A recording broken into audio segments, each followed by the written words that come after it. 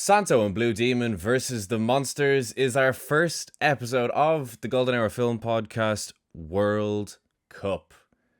And I'm joined today by a very special guest.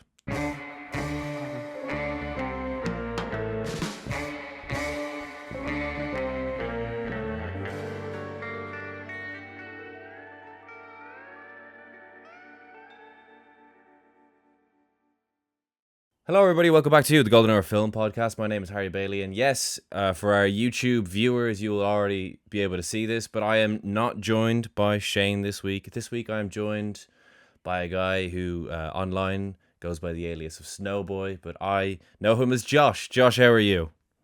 I'm great there, Harry. Thanks for having me on. Yeah, 100%. I think because myself and Shane met you for the first time not that long before we set up the podcast, so this is like kind of a long time coming.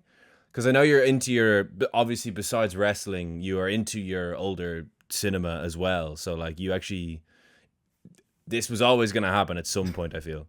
Absolutely, yeah. And fitting that we have a wrestling-related film as my appearance. Yeah, an incredible. Yeah, this isn't my first soiree into Santo's filmography. I don't think it's yours either, is it? No, it is. Yeah, I've seen clips of the other ones. Yeah, that's why So you might be able to actually answer this. This is a direct sequel to another film, right? All of the characters that appear in this are from another film that I'm supposed to have known, but I don't think so. Because this movie starts and you're like, oh, that scientist we all know, he's dead. And of course his niece is, of course, in a relationship with Santo, which we all know. And it's just like, what? Yeah, what's going on? This movie starts off as a sequel, but as far as I'm aware, it's not a sequel. Yeah. Because I also went looking for these character names in like other Santo films and couldn't find them anywhere. Because it starts off and it's like, obviously Otto and Gloria are in crazy danger, guys. Because Waldo and his pack of zombies, you all know that they're after him, and it's like, do we? But yeah, I've seen. This is my fourth Santo film. I just shivered as I said that. I got the Indicator box set of the first two Santo films, Santo versus Evil Brain and Santo versus the Infernal Men, which is incredibly both of them are shot in like Cuba days before the revolution. It's like the last piece of video of Cuba pre-revolution is two Santo films that were then released like years later. Both of them are absolutely terrible. And then I've also seen, I want to say it's called Santo versus the Vampire Women, and that was kind of a bit of crack. That felt like a Saturday morning cartoon. Well, in a spoiler section, we'll get into where in between those two this one kind of falls, because it certainly doesn't supersede anything. But first and foremost, we're going to go for a spoiler-free review. Okay. Josh, spoiler-free, tell me, what were you expecting? And then, without any crazy spoilers, what do you make of this? So, like, this should be, like, easy. At least 4 stars for me, right? It's like, what if you made a movie of like El Santo, who is like one of the most famous and important figures in like Mexican pop culture and like professional wrestling, and you made a movie that was like in kayfabe him fighting like creatures? That sounds amazing. Yeah, but specifically universal monsters. Yeah, well, legally distinct. Yeah, of course. So you got Vampire, of course, Wolfman, and then the legally distinct Cyclope, who is the creature from the Black Lagoon, but they couldn't do that, so they're like, there's a Cyclops who lives in water. That's fair. But like, so the problem is, it's extremely cheap, and it feels like no thought or effort was put into it whatsoever, which has its own kind of charm. There's like one point in the movie where they just straight up for like 20 minutes, metatextually and textually in the movie, kill time before the next monster attack. They just go to a restaurant and just sit there for 15 minutes watching footage from another movie, I assume, which was like very funny in theory, but actually having to watch this movie, it's just not good. This is my review. Bad. There's a from my 4 Santo films, shivered again, that I now have under my belt, I've noticed there is kind of a formula to the Santo films. There is a mariachi break in like 3 of the 4 that I've seen. So that just must be a thing that just happened in loads of films from that time. I'm not really that familiar with Mexican cinema before like the New Wave. Yeah, the first 2 films anyway, both of them do feature a break where this mariachi trio kind of go down the streets singing a song about how lovely it is to be in Mexico in the summer. And then we go back to Santo like beating up a guy at a dock. But in this case, yeah, they literally just, right, okay, we fought off not Dracula, we fought off Frankenstein with a Q, let's go for dinner. For like 20 minutes. It's insane. Yeah.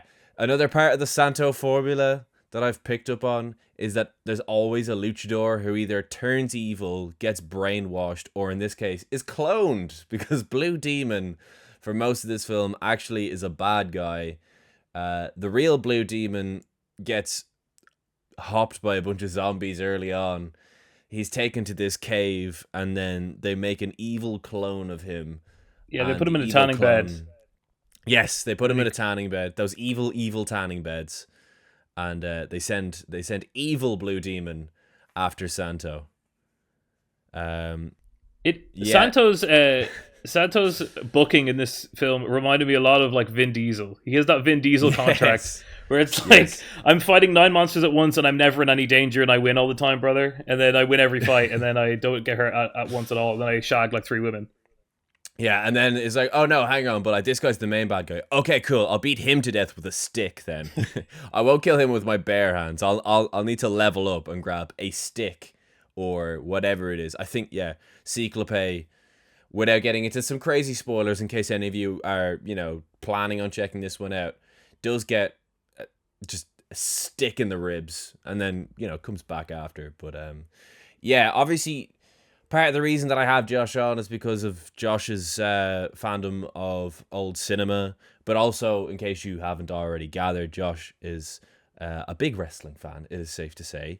So, Josh, for our sort of classic Hollywood audience who are listening, because we do reference wrestling quite a bit on this podcast, but not everyone, I'm sure, is a wrestling fan.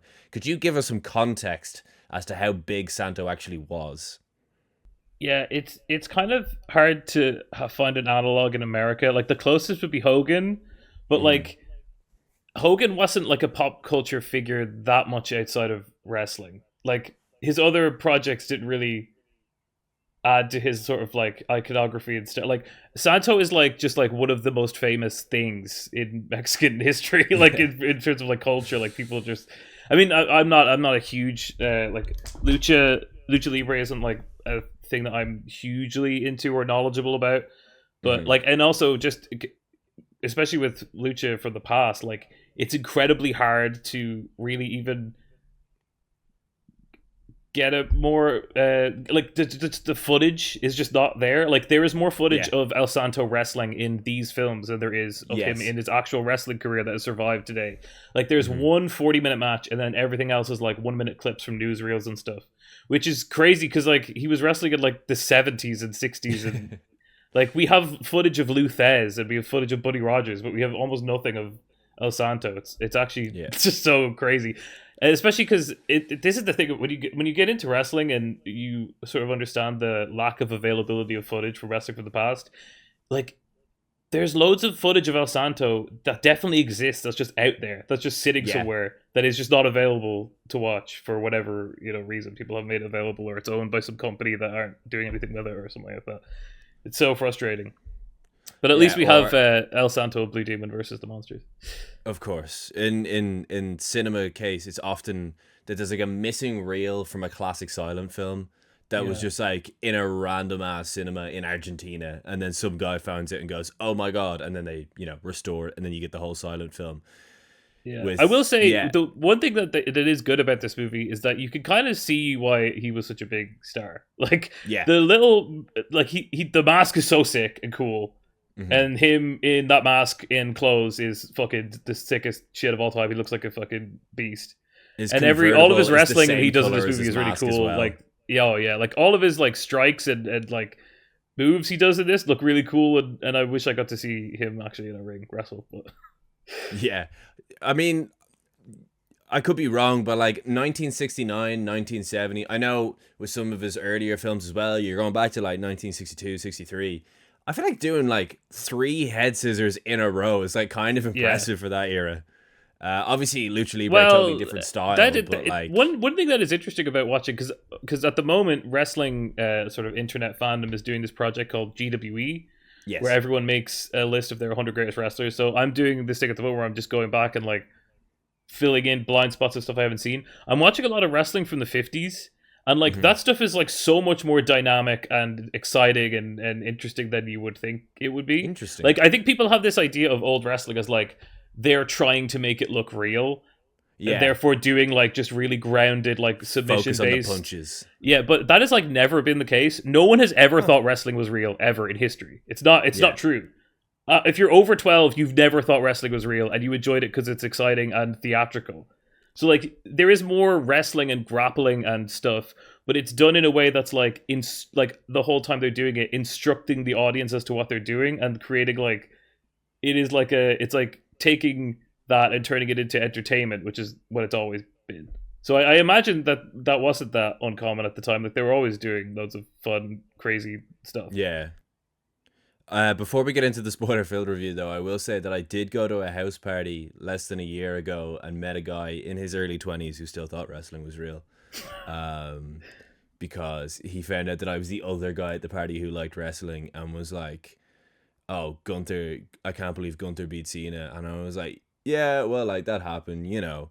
And he was like, I know, but like, it's John Cena. I've only ever seen him lose to guys who I really thought he was going to lose to. I thought he had Gunther's number, like. And I was like, what do you mean had his number? That's the correct way to watch wrestling, though. That's actually sick. Yeah, I wish yeah. I could. The best wrestling makes you feel like that. Yeah. Which is the whole point of this whole thing. I thought he had Gunther's number. Like, seeing who Cena's lost to, I just never thought he'd lose to him. And I was like, you know what? I'm going to leave you to it, man. But, yeah. Now for some spoilers.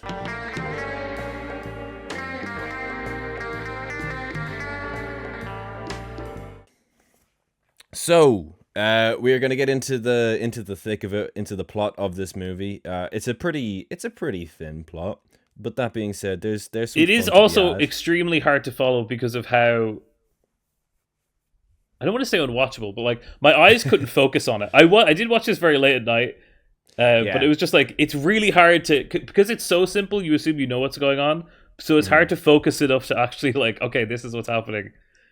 And there's just loads of elements in the film that are just like taken for granted, and then the actual like plot of the movie is like summarizable in like 2 sentences. I feel like this film in particular could have probably done with a bit of a restoration, because to be fair to them, Indicator have done a few Santo films, and like the ones that I own look incredible, crisp. Like they are really good. Like they're obviously incredibly low budget films, but the restoration's amazing. Whereas this was like grainy, low P. I was also watching this quite late after work. Yeah, I agree. So we gotta kind of, thankfully for the film, it does literally in the open explain everyone in the film. It's kind of like Power Rangers. Everyone gets a shot where they walk towards the camera and their name comes up at the bottom. So obviously we've got Santo and Blue Demon. I feel like we've kind of skipped over Blue Demon, but we can talk about him a bit more later. And they are taking on, as we said, the monsters. That consists of the Wolfman, a mummy, a Frankenstein with a Q, the vampire, not to be mistaken for Dracula, Cyclope, which we've already touched on, and it kind of alludes to the fact that there's a vampire woman, but that doesn't really go at all where I thought it was going to go. Instead, the vampire, I'm going to probably accidentally call him Dracula more than once, so, don't roast me in the comments if I do. But, the vampire kind of recruits, like, 2 women throughout the film, just miscellaneously whenever they're obviously just shooting the shit. But there's obviously just, like, 2 gaps in the film where they were like, let's just get the vampire to attack a woman, kill her boyfriend, and then turn them into a vampire. So we get 2 vampire women in this, And we also get, for some reason, Waldo doesn't get his Power Rangers walking towards the camera shot, which I feel like is harsh on poor Waldo. He's the coolest looking character in the movie. Yeah, and he would he's look also awesome if he was voguing for the camera.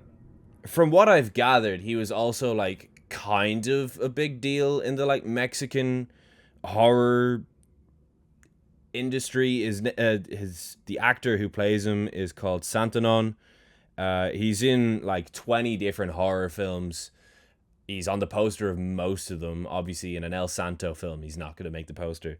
But yeah, I feel like there was a lot of horror movies in the 60s and 70s that was like small person exploitation.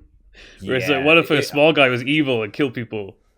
Yeah, he even you go weird. back to the 30s with Freaks from Todd Browning. Like from there, I feel like it kind of stemmed. But yeah, as we kind of said from the opening, Santo's like, oh my god, they're bringing back Bruno Hall from the dead, who made zombies. Otto and Gloria are in trouble, and he basically catches up with the plot as if this was a sequel. And as far as I'm aware, it very much is not. And then we open with some wrestling. We are in Arena Mexico. I did think it was pretty cool to see Arena Mexico. I thought that was pretty cool. Because, it's a wrestling arena that I've heard of a billion times, but I've never even been to Mexico, to be fair. But it's just cool to see what that even looked like in the 60s, late 60s, early 70s. And yeah, Josh, if you want to break down the incredible graps that we get to open this film. So like this is like the selling point of the movie, right? Is that you get to see El Santo wrestle on the big screen. I feel like it is, yeah. It's the way that it's shot in this movie is just like everything in this movie is just like there's not a lot of effort to make it like dynamic and cinematic in a way. They just sort of put the camera there and they had him do the stuff. And then I think there's a few shots of like in the ring, but it's not shot in a way that makes you feel like you're there or like edited in an interesting way. No, it doesn't feel like they blocked out like a sequence, like they choreographed stuff. They were just like, El Santo just go. It might have actually just been like an actual match he had. Actually, the movie doesn't open with El Santo wrestling. The movie opens with a tag team match between 4 women that just happens. That has nothing to do with anything. The women don't come back. No. It's just like, these are 4 women. The same shot of Santo approvingly watching this match. Yeah. It's the same. They reuse a lot of shots in this film. They reuse that one crowd shot at Arena Mexico with the guy at the front going, like a million times. Yeah, so many times. This Santo one bothers me though, because like it's probably Santo's fault, not the director's. But you could tell that it was just like, right, Santo, we just need you to like nod approvingly at the camera or just off camera. It's a very cool shot effect thing. Weird like sticky outy tongue thing with his eye like looking in the air, and it's like there's no way, because they stitched that shot like 10 times, and it's like there's no way there wasn't a better shot than that. It feels like, I mean, this movie is edited like Radioactive Man.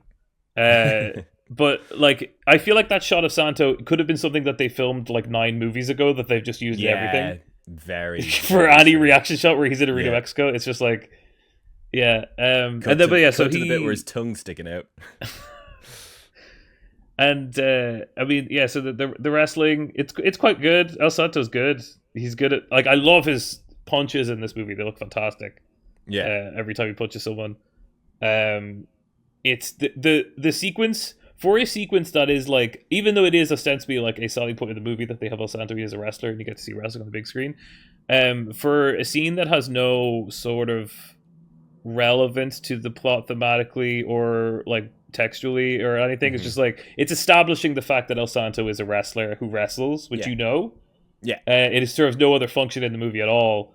It goes on for like 10 minutes. He's just having him, and it's not even like you're into it. Like, it's not even like they establish like the guy he's wrestling as like a, they kind of do, but not really. And then also they have commentary over it, and the commentary keeps describing things that like you're not seeing happening. Like the crowd are counting along, and they cut to the crowd, and it's the same shot that they have used like 9 times where they're not counting. So it's not really, it's hard to get into as like wrestling even. And then the women's tag ends, and then we get a tag match where Blue Demon's in a match with 3 other guys. Blue Demon obviously wins because if Santo is booked like Vin Diesel in this film, Blue Demon is he's Tyrese Gibson. He is getting his ass kicked where the important people are. But in this scene, you know, Blue Demon establishes that he's the number 2 guy in this film. He's the babyface of Peril and Santo's the hot tag. Yeah, exactly. He kind of wins this match single-handedly. Again, Santo's not his tag partner or anything. It's just another guy I'd never heard of. Yeah. But yeah, this is kind of Blue Demon's moment to shine, because immediately after this, after we find out that everyone's in trouble or whatever, he goes out in his red convertible, doesn't match his mask, and he drives past this castle as these zombies, you know, Mexico, as these zombies are on like a back of a carriage with these like big flaming torches and a coffin, and he thinks to himself, that's kind of suspicious. So he breaks into this castle, and would you believe it, the zombies batter him, stick him in a tanning bed, and make an evil version of him, after Waldo also brings back his evil master back to life as well, Bruno. And Bruno and Waldo, who would have thunk it, their plan is to kill Santo. So, but again, because, I don't know, they're monsters who they then, you know, go on recruit one by one, can only fight Santo at nighttime. Again, most of the shots are in the middle of the day. They don't even do the thing where they make it blue, where they do day for night. No. There's one shot in the movie that looks like it was shot at night, and they try to make it match the actual daytime footage that they had, which is supposed to be night. So it's day for night for day for night. It's fucking insane. Mental. I only realized halfway through the movie that all of the scenes that we had just watched were supposed to be during the night, because it's just like blue sky, sunshine. Because the interior shots have like black skies outside. It's nighttime. Santo's like, oh yeah, we gotta really rally the troops here, and then the bad guys will all break in, and then they'll scuffle outside into like 11 o'clock in the morning.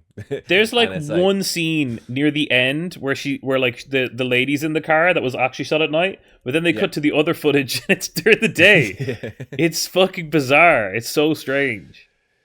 Yeah, it's a Santo movie in probably its purest form. This is definitely, of all the Santo films I've seen, this definitely seems to like most aggressively follow the Santo formula.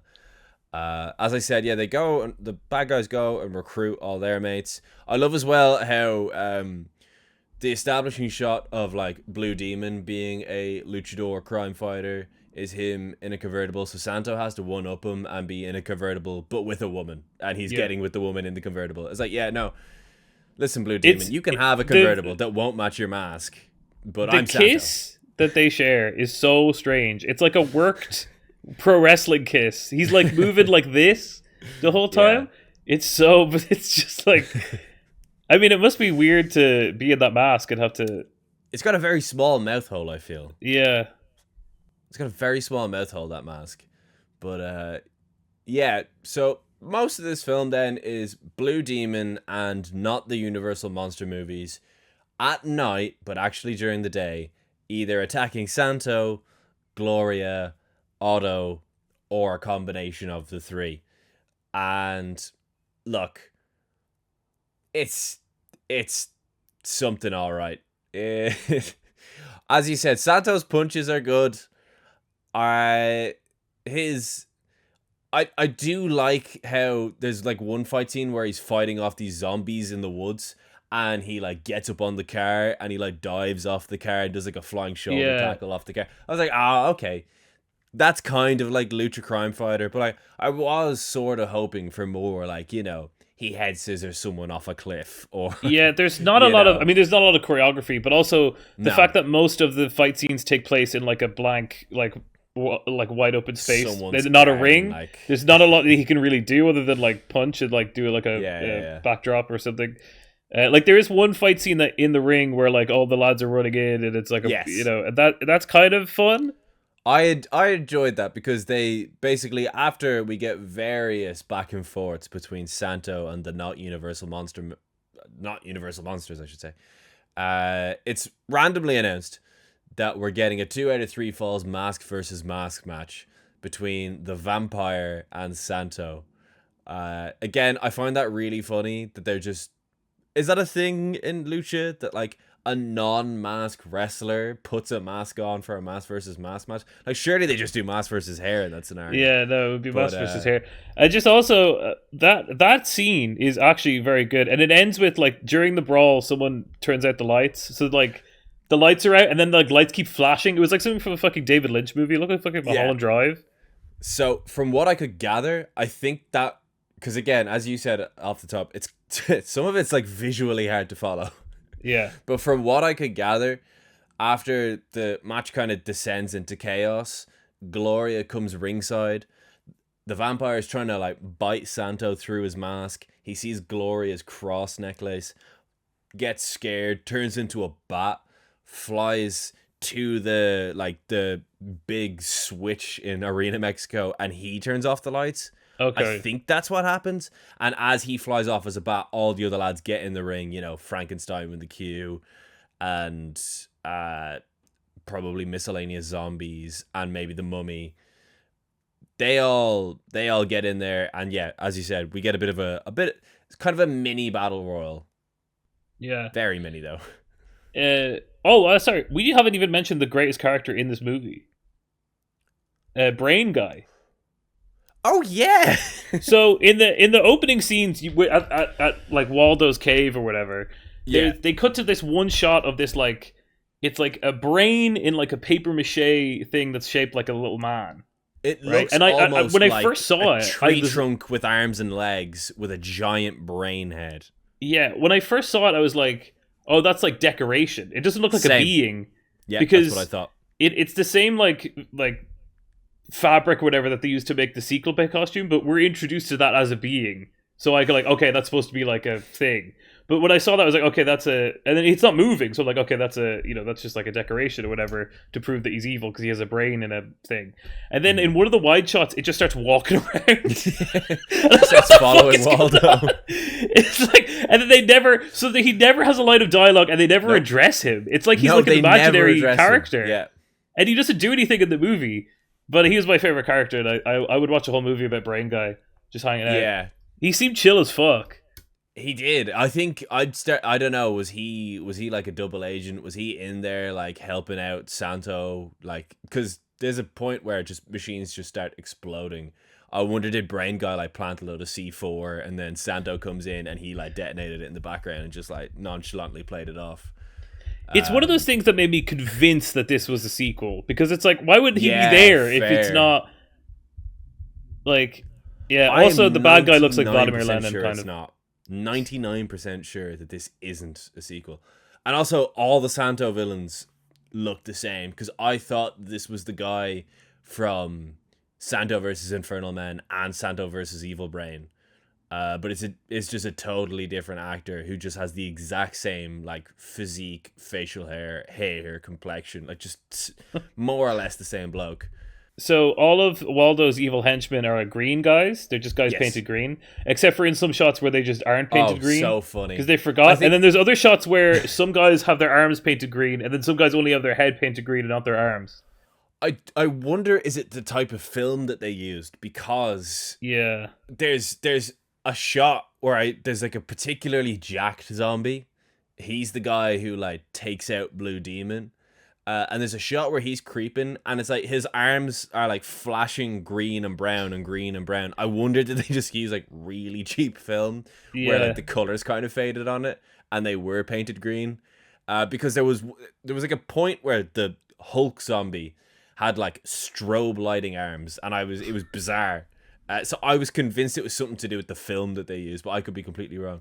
Also, if there is somehow a Santo expert, please do, because like this film doesn't have a Wikipedia page. Do let us know if this is a sequel, but I genuinely cannot find any evidence to suggest that this is a sequel. It just really treats itself like one. Yeah, it's yeah, it's a Santo film in it. It is. It's hard. Like it's hard to even talk about because it's just there's like four things that happen. Yeah, I will say the best thing stuff in the movie is all the like vampire effects, like him hanging on the wall and flying down looked really cool. That was clearly something that they knew how to do from like the 700 other Dracula ripoffs that have been made in Mexico. He's had a few encounters with like vampire women, vampire Dracula. Like they've definitely done the vampire shtick a few times. So I'd say, you know, I wouldn't go as far as to say they mastered it, but they definitely had that. Because there's a shot as well where one of the vampire women like becomes a bat and like glides into his convertible, and then they like stitch the shots together. The best shot in the movie, that is like the only shot in the movie that looks like a shot from a movie, is probably that one shot of when the lady's like walking down and she looks, and then it's the POV shot of like the tracking across the barn and he's just hanging there. Yes. That was actually like, oh, that's cool. That's like a shot. That's like a shot that someone thought of and put in a movie. There was also another shot where we're like in the corner of a hallway, and there's like a chase sequence, and it's like Otto and Gloria dash past this corner, and then all the zombies dash past, and then all the monsters dash past, and then Santo, who's chasing them, dashes past. And the only reason I'm referencing that is because that ends with the kind of comical disposal of the mummy. For whatever reason, like all the other not Universal monsters make it to the big finale, except the mummy, who gets back body dropped off a building. Just... I was so annoyed. There's so many times in this movie where people fall off. Remember that bit where Blue Demon throws El Santo off the cliff, and he just sort of like rolls a bit. They couldn't get a dummy in the El Santo costume to fucking get thrown down a cliff. Come on. Like it would almost be better if they did like a dummy like falls off a cliff, and then they just stitch it with him like superhero landing at the bottom of the cliff. Yeah, or something. Yeah, there is, and also the mummy. Go for it. The mummy makeup in this movie looks terrible. It looks like it looks like a man who got dental surgery. Like his face is visible. Very, very skinny man, and they're like, you look like you're dead. It's like so he's like wrapped from like neck down. And you're like, okay, that's a mummy, and then he's just got like the like wrapping here. It's like what is that? Like that's not a mummy. That's not what mummies look like. Yeah, I do appreciate that. You know, the mummy is the most disposable of the Universal monsters because, of course, it is comfortably the worst of the original monster movies that Universal put out. Like that movie sucks. So I'm glad that it was the mummy that gets back body dropped off a building and not like Frankenstein with a Q or the vampire. But yeah, Santo also has a moment where he chooses to then jump off of that building. And then, of course, he just lands on, like, the roof of, like, a cafe or whatever. And it just, like, catches his fall. And he just kind of rolls out of it. And then we get a high-speed chase sequence where we actually get Gloria hopping from one car into Santo's convertible. That was cool. That was pretty... That was an actual stunt in this film. Yeah. And it was impressive. Yeah, like, really... That I think we have covered every event that has happened in this movie now.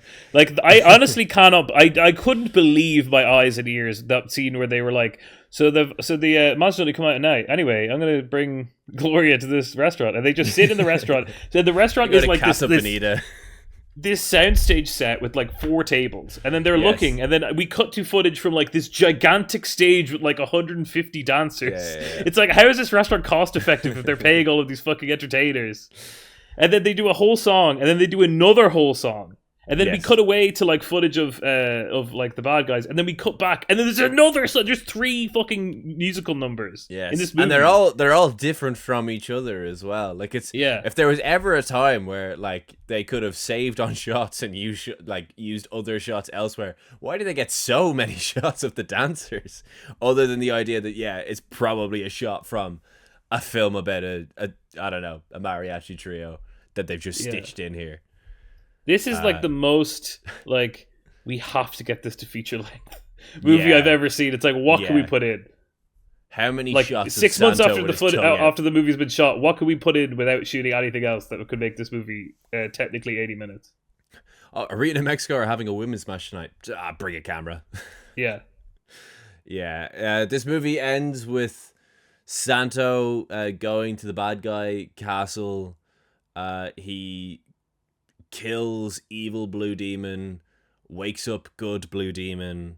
They come out, batter all the monsters, and then miscellaneous explosions kill everyone except for the. There's a four good fantastic guys. bit where Santo tips over a table and it explodes like a Simpsons bit. He tips over a wooden table and it just explodes.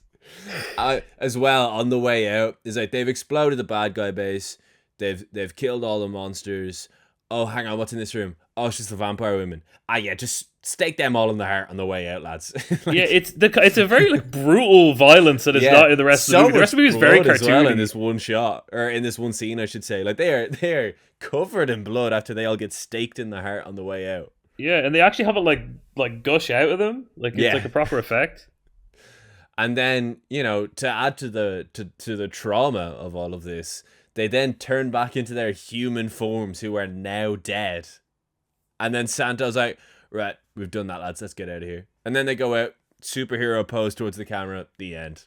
Like, just crazy. Yeah. It did feel like a 22-minute episode of a weekly TV show that was stretched to feature length. Definitely.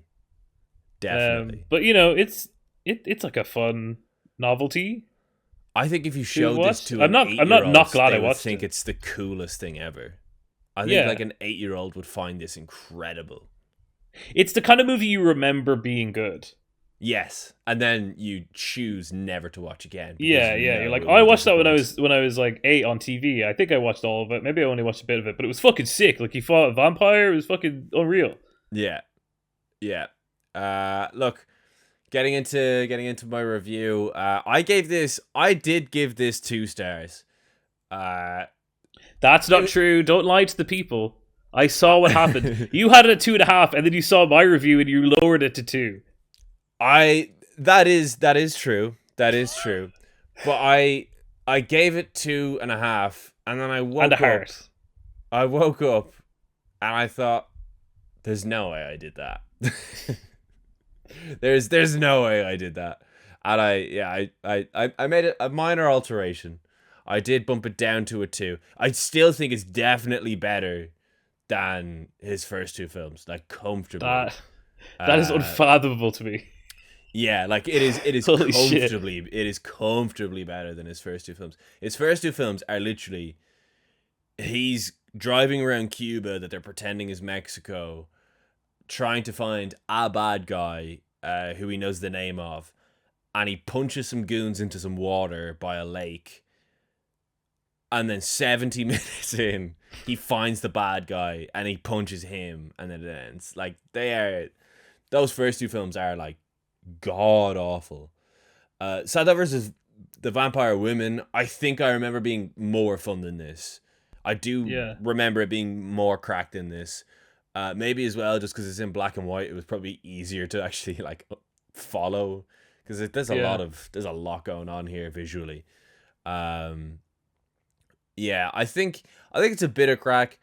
I would say if you are one of those wrestling fans who are curious as to what even is a Santo film, I feel like this is a pretty good example of exactly what a Santo film is. So I would, if that is the mindset you're going into this with, like, oh, I want to watch a Santo film, I would be like, yeah, this is kind of as Santo as it gets.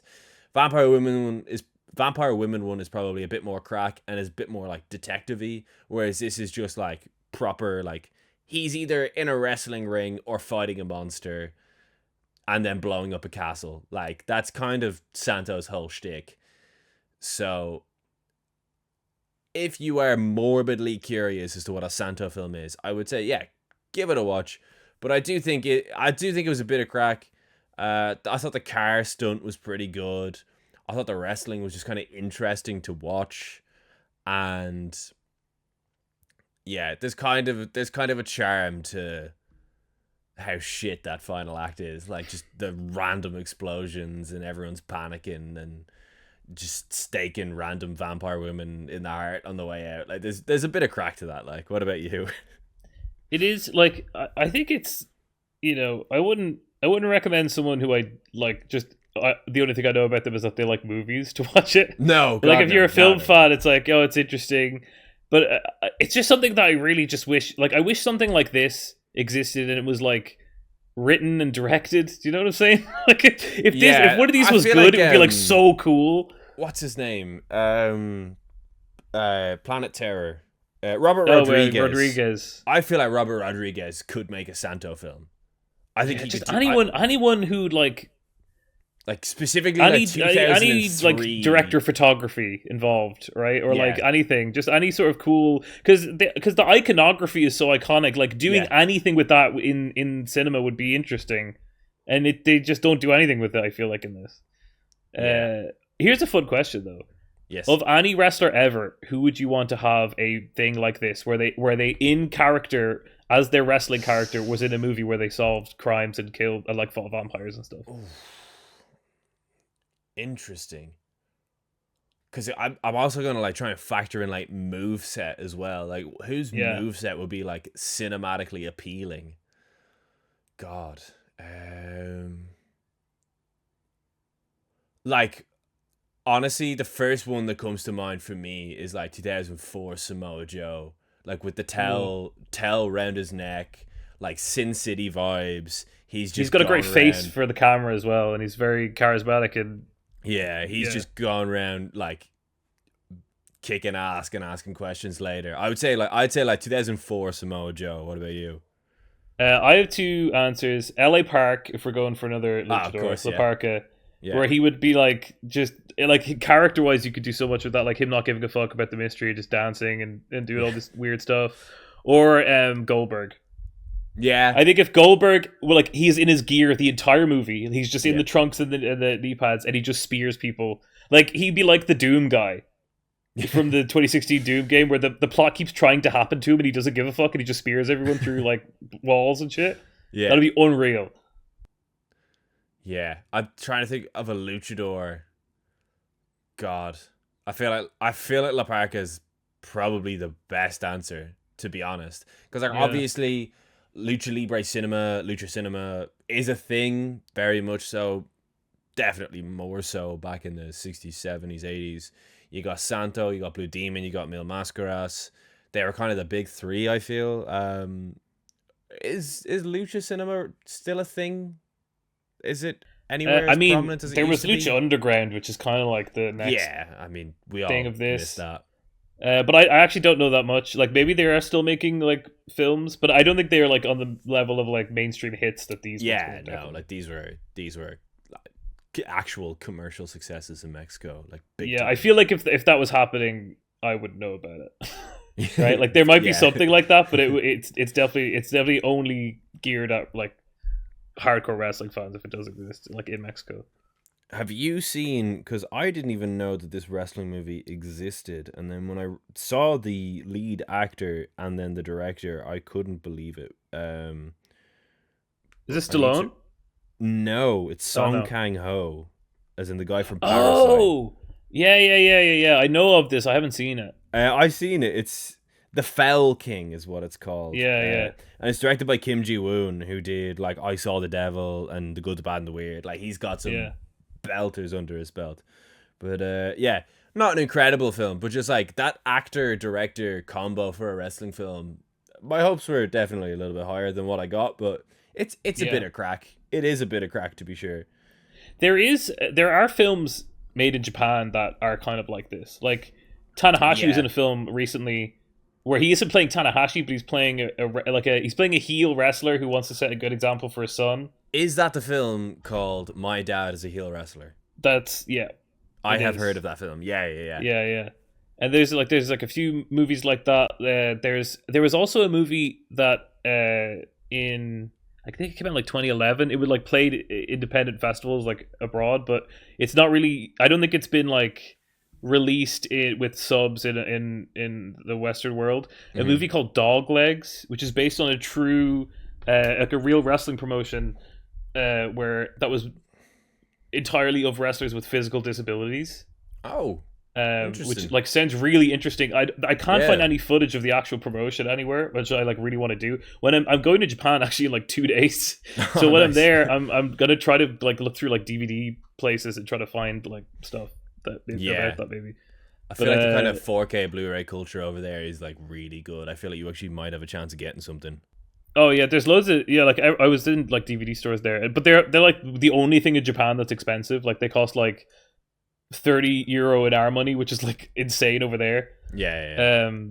But yeah, no, this I do want to find like that film at least, and like, you know, bring it home and maybe like send it to someone who could get it subbed or something like that.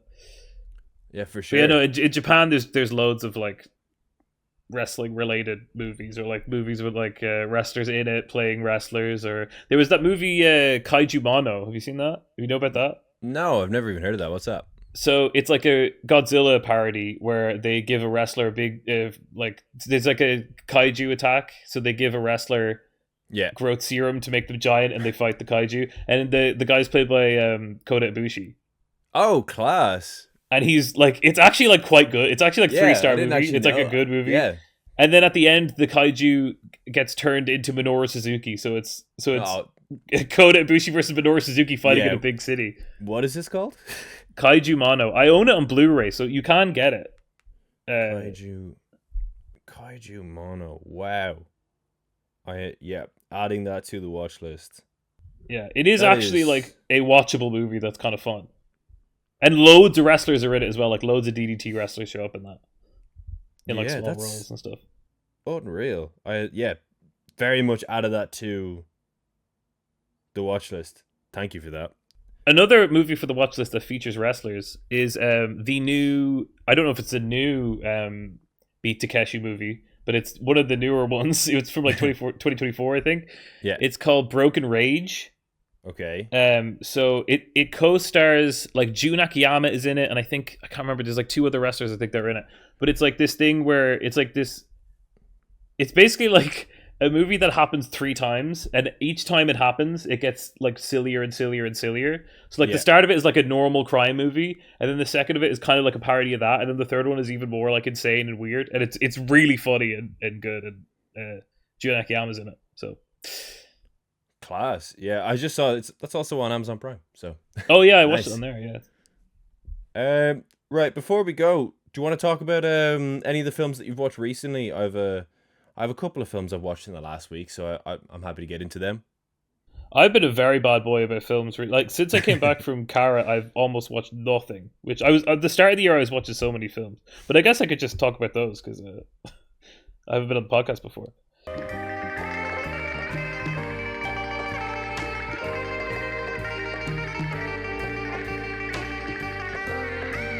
So the last movie I watched before this was a month ago, and it was the movie Max Payne, starring Mark Wahlberg. Wow. The adaptation of so it is a bad movie, right? Mm-hmm. But it does look incredible, and it looks better than most movies do now, which is so funny for a movie that is like so dog shit. Yeah. It's honestly almost watchable for that. But this year, the start of this year, I was watching a lot of Michael Haneke films. Oh yeah, which may have contributed to a certain mental health crisis that I have. But so I watched the Seventh Continent, which is grim.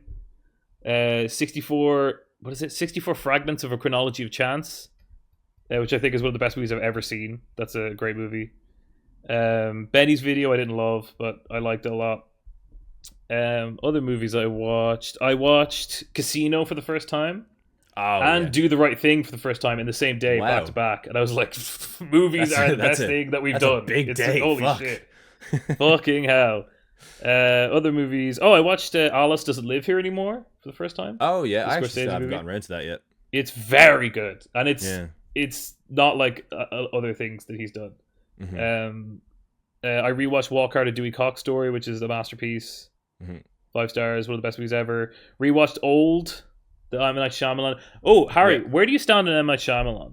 I'm interested. He's kind of a blind spot for me, but I will defend Trap. That's the perfect way to be, right? Because now you can actually just go watch his movies without without like the assumption that he's the worst director of all time, and realize that he's like the best director of the last 25 years. I loved Trap. Oh my god, Trap is so much fucking crack. Trap is very fun. I very much enjoyed Split. I thought James McAvoy was brilliant in that. He's even better in Glass, I feel. One of the best performances I've seen Glass in years. Knock at the Cabin, that's him as well, isn't it? Yeah, that's one of my favorite movies of the decade. I really enjoyed that. That's further fucking proof. I know he's not the best part of the movie, but like, he's a highlight. Rupert Grint needs more work. He's clearly one of those lads who just loves being actor. In like, you know, Bumble like original series that no one watches. Yeah, he loves it. He's clearly very talented. I don't know, is he just so rich that he doesn't actually really care what he does? Yeah. But speaking of wrestlers, Big Dave in that movie is phenomenal. Mm-hmm. What an incredible performance. Yeah, no, he is unbelievable in that film. But no, yeah, Shyamalan, you definitely watch The Village. Yeah, I haven't seen The Village. One of the great movies of that decade. Yeah, so I've watched a couple of films recently, kind of a random mix. I watched The Number 17, which is a real early talkie from Hitchcock. It's kind of similar to some of his like big grand films in the 50s, but he himself said he never actually wanted to make it. Yeah, you could tell that he was kind of phoning it in. He was doing like the big set piece at the end and everything, but you could tell he wasn't really trying that hard. I actually watched Independence Day for the first time. I'd never seen that film before. I don't know why. It's crack. Like, it's good crack. It's not incredible or anything, but I do think that Will Smith and Goldblum should have had way more time together. Had they had way more time together, that film could have been like an action classic. Yeah, it's one of those movies where they're just like, we just take the Will Smith persona and we take the Goldblum persona and we have it in the same movie, and it's like, okay, that's going to make $1 billion, and it did. Yeah, like, but I just wish that those two personas like intertwined more than like for what they did, because they had, obviously it doesn't take a casting agent to know that those two had chemistry. I then lent into the meme. I watched Pizza Movie. Is that out? Yeah, it is. Yeah, it's pretty corny. I won't lie. I was it's like 2026, but it's like Deadpool humor. It's like, whoa, this movie's actually crazy, right? And then they go back to the scene over and over and over again. That being said, shout out to the two directors, because they clearly they just wanted to make a movie with like all the stuff. It's got everything. Yeah. Like, it's got like, we need more comedies as well. There's like no comedies, especially in theaters. They all get dumped to streaming, and they're all like fucking just like they're shot in like 7 days. Bullshit. Yeah, no, they clearly try to like get every cinematic visual that they could possibly think of into one movie, and to that I absolutely commend them. But the dialogue is pretty corny. I won't lie. It's not the best. It's not the funniest film ever. Maybe if I was like 13 or 14 and I like knew about like I don't know, like had like a surface level knowledge of like film history, I would find it to be like class. But yeah, I doubt it'll be that many people super bad. Do you know? Yeah. Oh yeah. God no. Absolutely not. I then watched Sex, Lies and Videotape, which is obviously class. Fantastic film. James Spader is so good in that film, and shout out to Steven Soderbergh for like on your directorial debut having like so much focus as to what you want to make. Like, you could just tell the whole way through the film that he knew exactly what he was doing and what he wanted to achieve, and he achieved it. Like, it's a very impressive film. And then lastly, I watched Tangerine from Sean Baker. Oh, great movie. Yeah, I just love the idea of Sean Baker following these people around with his iPhone, just big grin on his face, and putting this whole movie together. And that kind of last, like, I think it's the very last shot in the film of the two of them sat together in the laundrette is just like fantastic. Very, very good. Cinema. Yeah, big fan of Tangerine as well. But yeah, that was the episode of the Golden Hour Film Podcast where we covered Santo and Blue Demon versus the monsters. Thank you, Josh, or again, I'll call you Snowboiii for this segment because is there anything that you have that you would like to plug? Where can people find you? Where can people watch you, particularly live? I mean, I'm on Twitter. Yeah, I'm on Twitch where I stream 9 times a week, watching wrestling, and I streamed this film last night actually on Twitch. Yeah, I saw that you were doing that. I was like, oh, nice. I'm glad that you're also getting like content out of this film because I feel like if you had watched it and not streamed it, you would be like, fuck, I should have done something. It's something you need to watch with people, I imagine. Yeah. This movie. But so I used to watch more films on Twitch. There was a while where I was doing one a week, and then I put on Sexy Beast, and 10 minutes in, my account was suspended, so I just stopped doing that.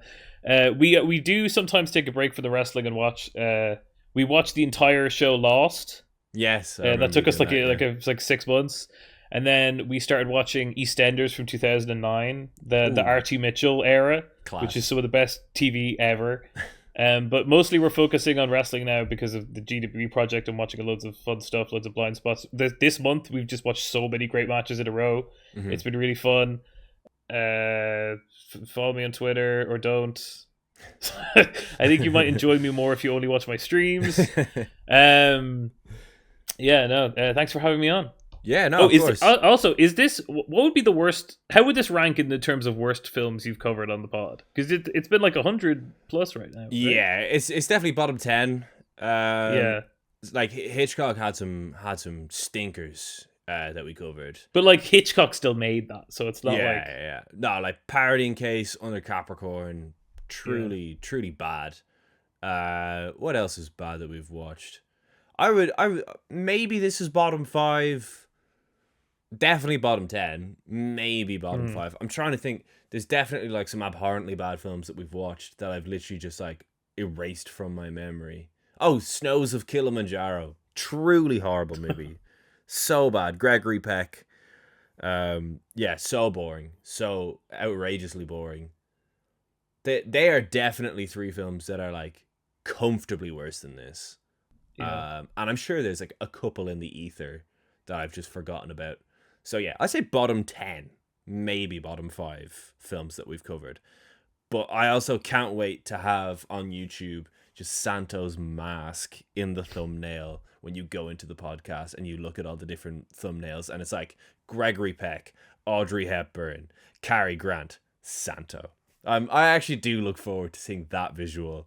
But yeah, that was the, as I said from the open, that was the first episode of the Classic Film World Cup. We have 7 more classic films from across the world that we will be covering. Next Friday, we are covering Fritz Lang's Metropolis from Germany from the 1920s. I had already seen that film prior to recording. And as you all know, because I think I've mentioned Metropolis upwards of 10 times on the podcast, I love that film, and it's Shane's first time seeing it, so that's exciting. But yeah, in the meantime, I've been Harry Bailey, and this was Josh. I went to call you Snowboiii again. This was Josh. That's right. And thank you very much. Goodbye.